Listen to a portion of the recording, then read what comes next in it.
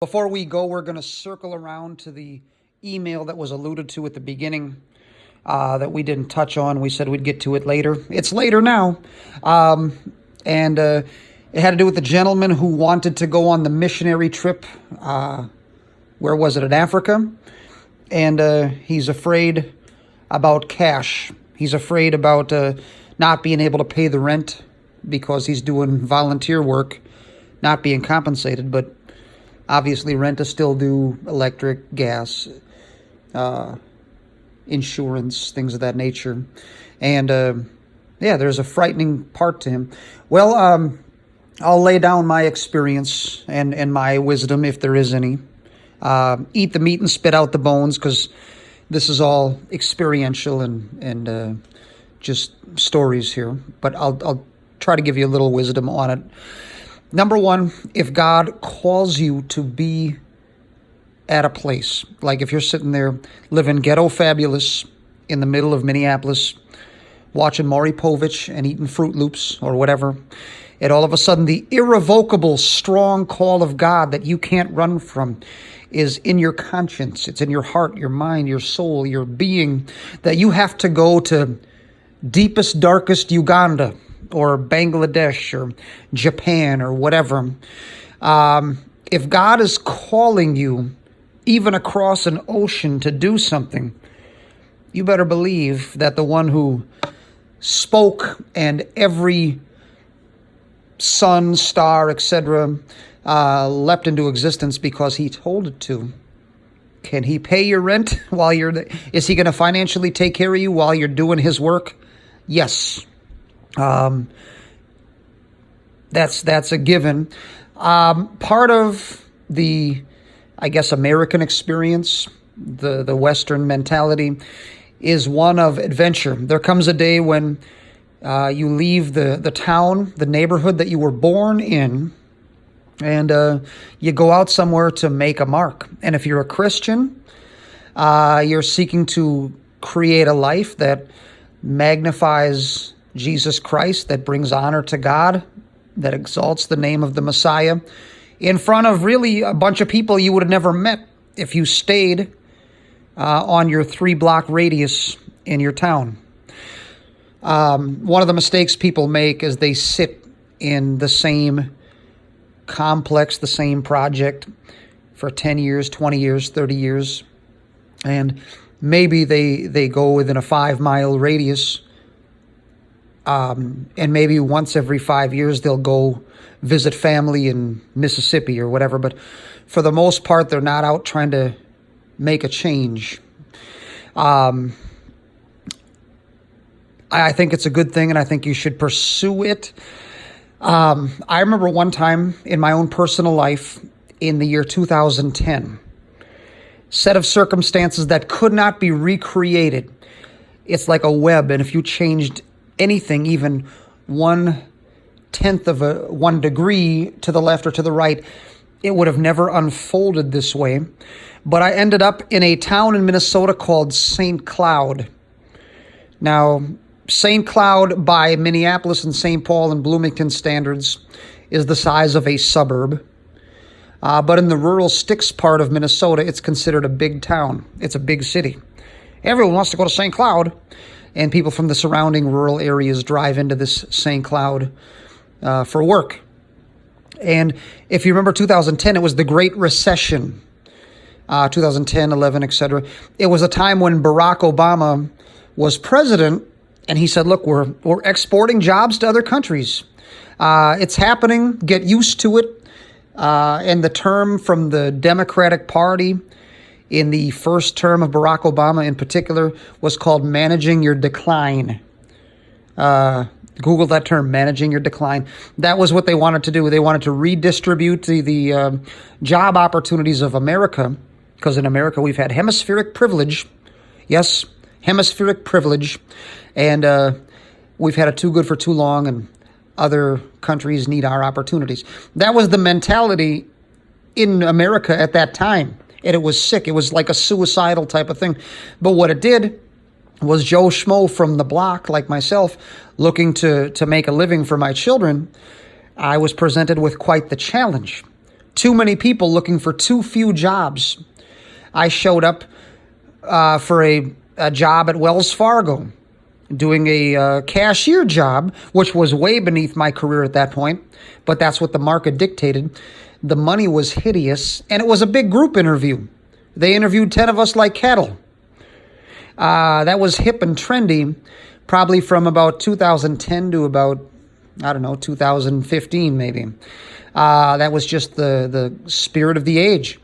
You know what I mean? And it was definitely the market of the people doing the hiring, and it was not the market of the job seeker. And I think they knew it, and they took full advantage.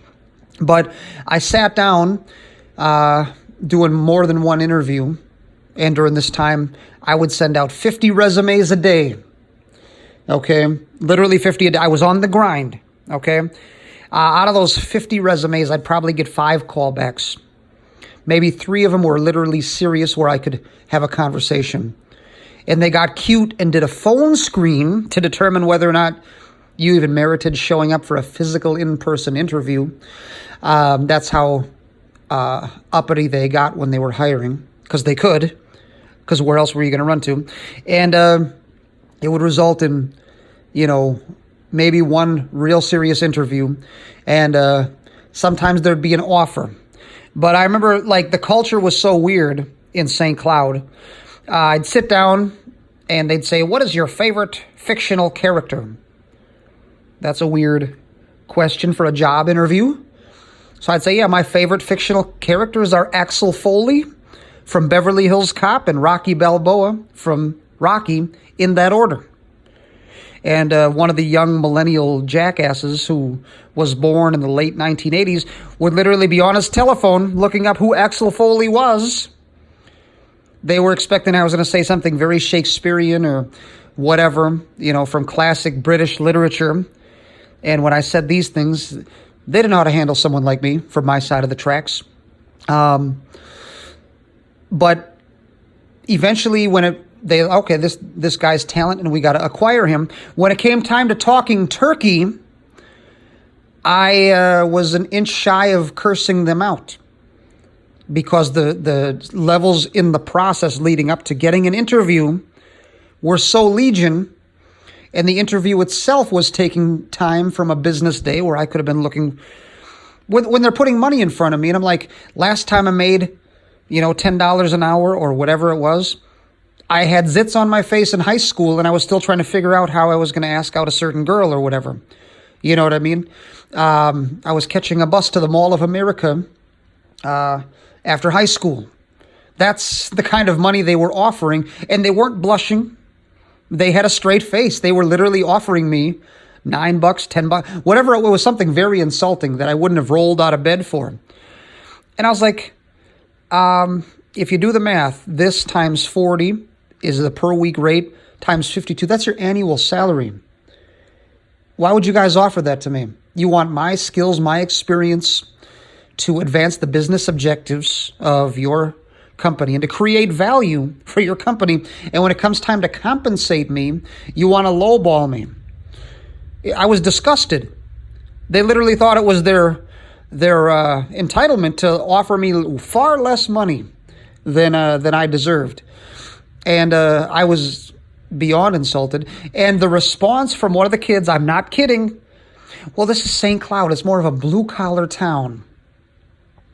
I.e., the culture of the city was one in which people were willing to accept less money. I don't know what that means.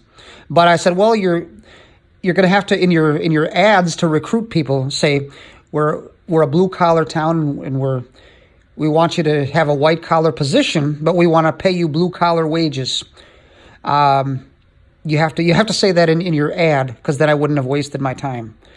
And I guess that's a long way of saying where you live geographically matters, okay?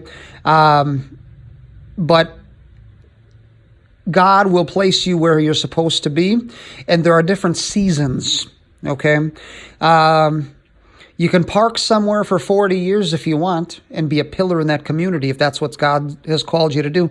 Or for a season you're living in Minneapolis. For a season, you're living in New York, Chicago, whatever.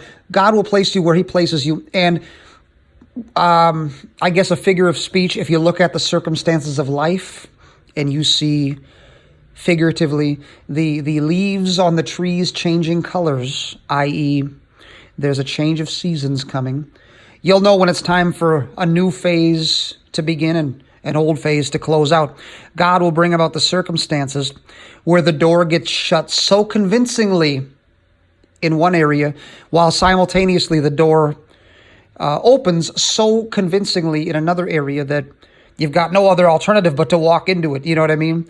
So God is sovereign, and if he's going to call you, young man, to whatever place it is, and your family, if you have one, which your letter doesn't say, you need to trust God and you need to go. And if you want to play this for your pastor, the church family needs to support the missionary. The church that's sending you out should be financially supporting you routinely and habitually, so you don't have to worry about the rent, so you can be freed up to do the work of God.